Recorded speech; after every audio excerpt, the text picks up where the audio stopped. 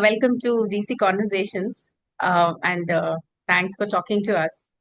So, first of all, you could start off with telling me what Pi Labs is all about. So thanks for your time, Rashmi, and pleasure speaking to you. I'm Ankush. So Pi Labs is about securing. We're creating innovations to secure future for the citizens, the countries, and the forces, right? So what we are in an AI first world.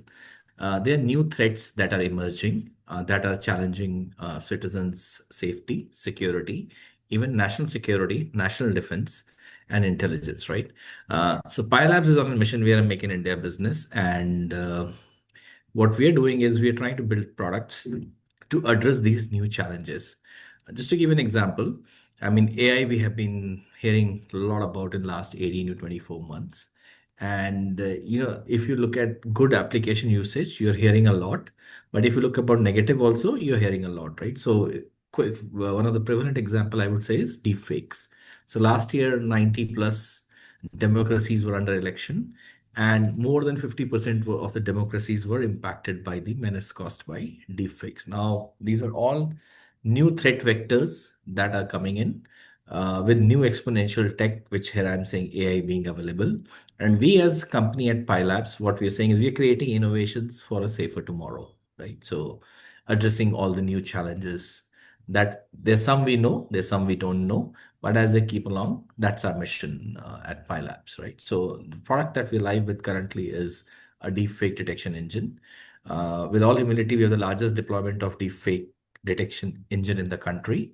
Our customers being defense, law enforcement agencies, and also on the enterprise side is the BFSI segment.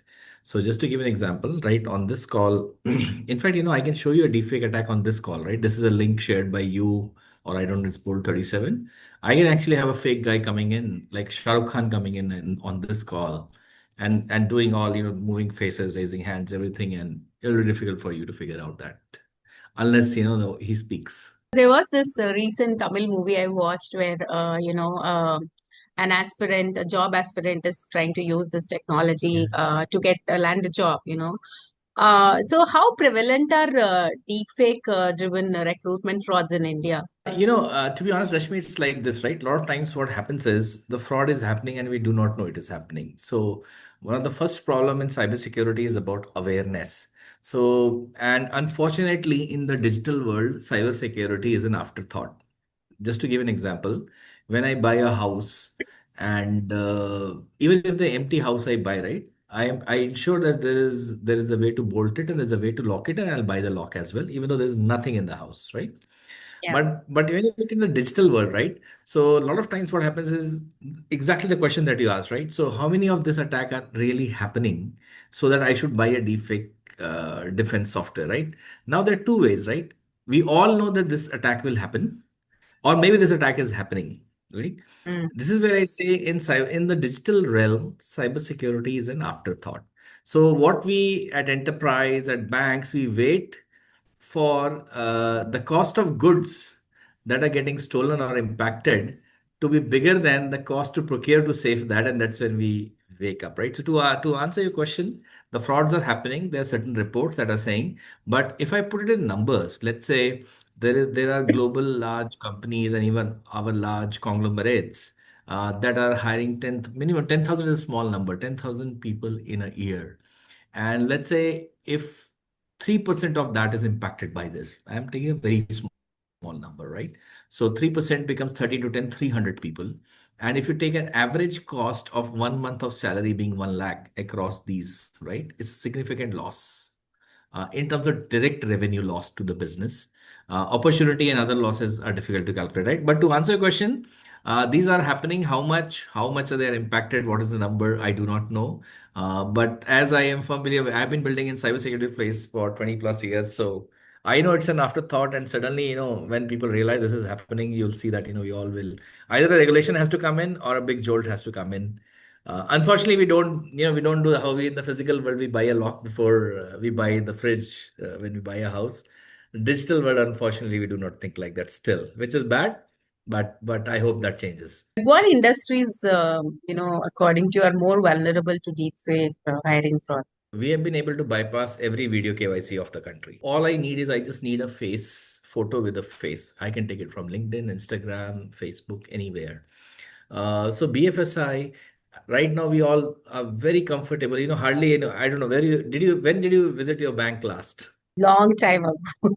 There lies the answer, right? So whether you have to do a video KYC renewal, everything, right? Even you have to take a loan, or you have so many NBFCs which claim I can give you a loan in 10 minutes, right? So, and all that is dependent on one critical feature, which is video KYC. And if video KYC is bypassed, there's a lot of threats to the financial industry. So I think finance BFSI is under major threat. Law enforcement, because new ways of crimes are going to happen. So law enforcement needs to upgrade their detection mechanisms, upgrade their mechanisms to prove that a criminal used this. So that they are, properly proven in the court of law and then punished accordingly. And third is even in defense, right? The psychops, the misinformation spreading. We went through Operation Sindoor, right? The misinformation spreading was at its peak at that point of time, right? And a lot of that was AI driven. So all these are, I would say, the new threat vectors which never existed the last 18 to 24 months back, are actually one of the premium ways that or prime ways to do these negative activities, right? So these are the industries we are focusing on. HR, of course, is another one. To be honest, we have not done much deep dive into that, but I think it's an industry which will get impacted to, or is getting impacted. I have seen a couple of large articles from some North America companies which are looking at that, right? And again, we know the recruitment scams. Imagine that one of the large service providers, we have the largest service providing force in our country and large services companies, and they do a lot of hiring for North America. Imagine their reputation going at stake if something like this happens. And the challenge is, the first thing is awareness is not there. Second, if it Hmm. is happening, you do not know it is happening inside your organization. But I strongly believe once they know it happens, people should fix it rather than waiting for is the cost of fix more than the loss that they're having. So, is there a way for organizations to detect deepfakes during a virtual interview? We can, in fact, I can show you live here on this call that we can detect that. So we have something a solution which actually I can demonstrate you live here if you want to see that. So Yeah, there are tools available, but again, when do the organizations want to buy this? In fact, I'll just. So what I'll do is I'll quickly show you that let's say in this I want to see whether I and you are real here, right? Can I share my screen here? I can see your screen. Yeah. And you can see I've got this button here, right? We just given this floating button. And I want to check, let's say whether I want to talking to real Rashmi, right? So I'll say I want to just check this frame here, right? And I'll just do like a quick poof, 5, 6 seconds recording. And I want to see the live deepfake attack happening on that. In fact, I'll just show you. So you can see this is says original here, right? You can see this is a deep fake detection result. It says original. And I'll just try to, get that. I should have arranged that for you. I'll now, let's say, try to get a Shah Rukh Khan into this call, right? And what I'll do is I'll just share this link with my colleague to join.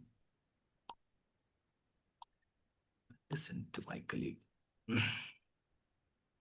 Yeah, so we can continue. Actually, what we'll do is, I didn't get that ready. So once my colleague joins, you just let him in, and then you will be able to see an attack, and I'll show you how interesting that is. So it's real, it's happening, it's causing problems. It's just that, what we don't know, we don't know. Yeah. So, how many organizations are actually equipped to handle this?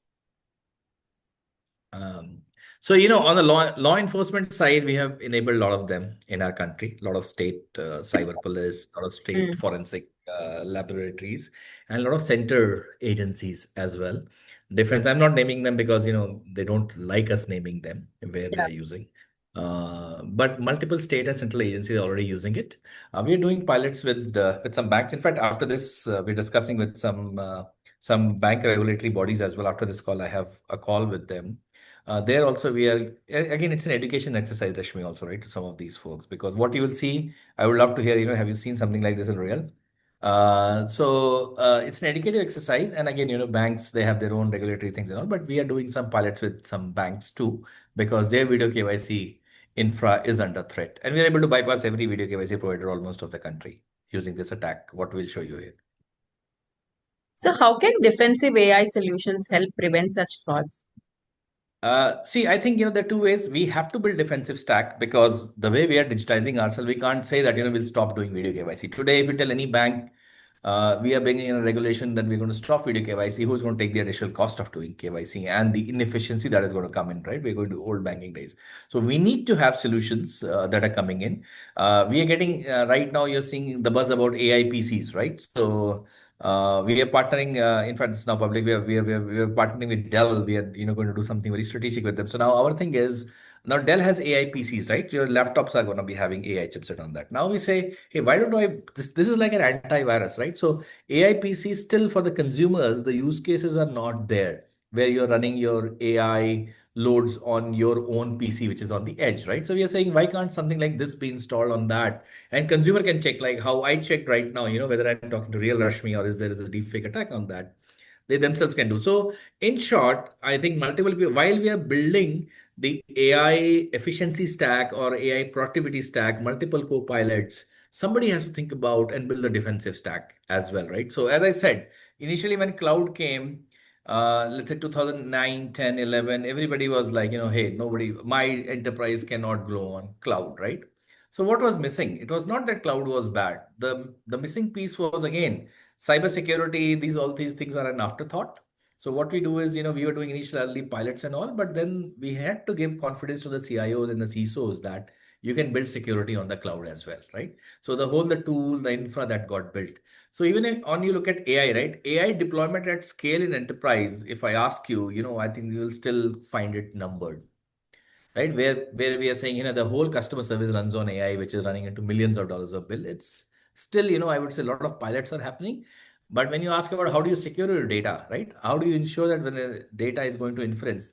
So people have done attack on chatbots like, let's say I'll say, hey, give me my number. I'm Ankush. So he'll say your number is this. Then, I may be able to, hey, can you tell me more about 801 ka 802 kar diya maine, right?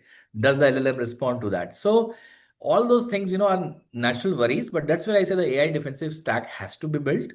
Let's not make it an afterthought how we have been making it on digital.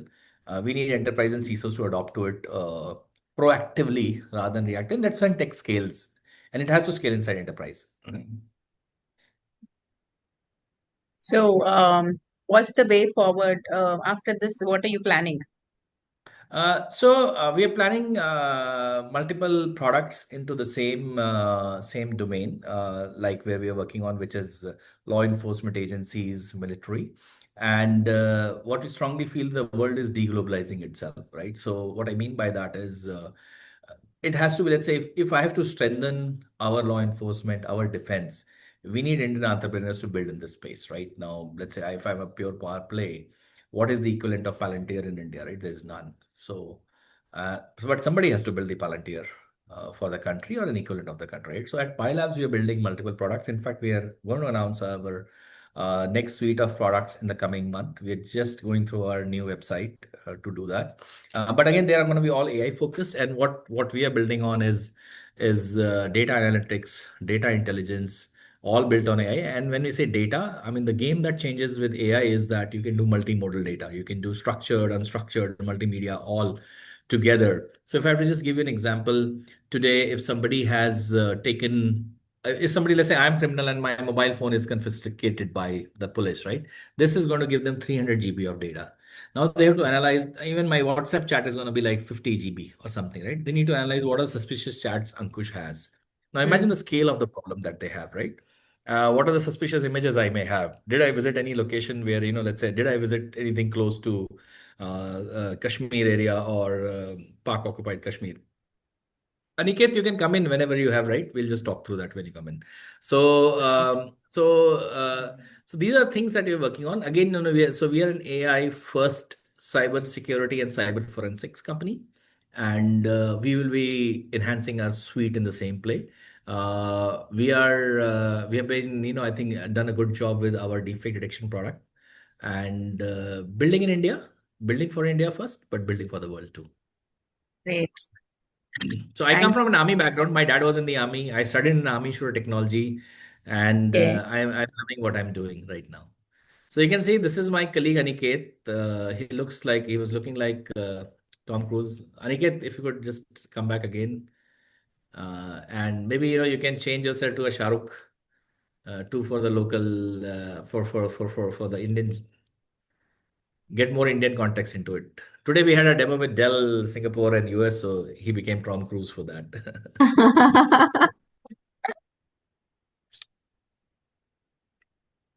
So, and the attack is very simple, right? I mean, we just demonstrate. So you can see, right? The Zoom was sent by you. I just using a login.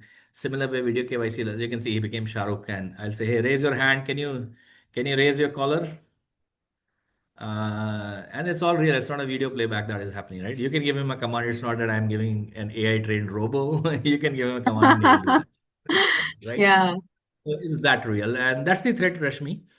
In fact, yeah, I did and we can do this in WhatsApp too, right? So I did a video call to my mom with somebody else putting my face, didn't speak. So she responded with a hi, right? So that is a litmus test. And see, that's where, I mean, something like this, awareness is difficult. Now you talk about to HR, HR, if you tell to HR, unless you show this, it is very difficult for an HR to understand, right? This threat is true, real. true. Now, if somebody has done this, today, no KYC that they do or background checks they do will catch this. It will pass Yeah. through the entire gatekeeping that they do. And hey, Aniket, thanks. You can drop off. So that's the threat, and that's what we are there to protect this, drive awareness. And it's going to be a multifolded effort: awareness, protection, tools, everything. But Hmm. it has to be tools. You can't say that we're going to go back. No, no, AI we're going to shut down. It's not going to get shut down. It's high time. Yeah, yeah, true. Thank you. Thank you so much, Ankush. Thank you for talking to us. Thanks, you Bye. too. Thanks, bye.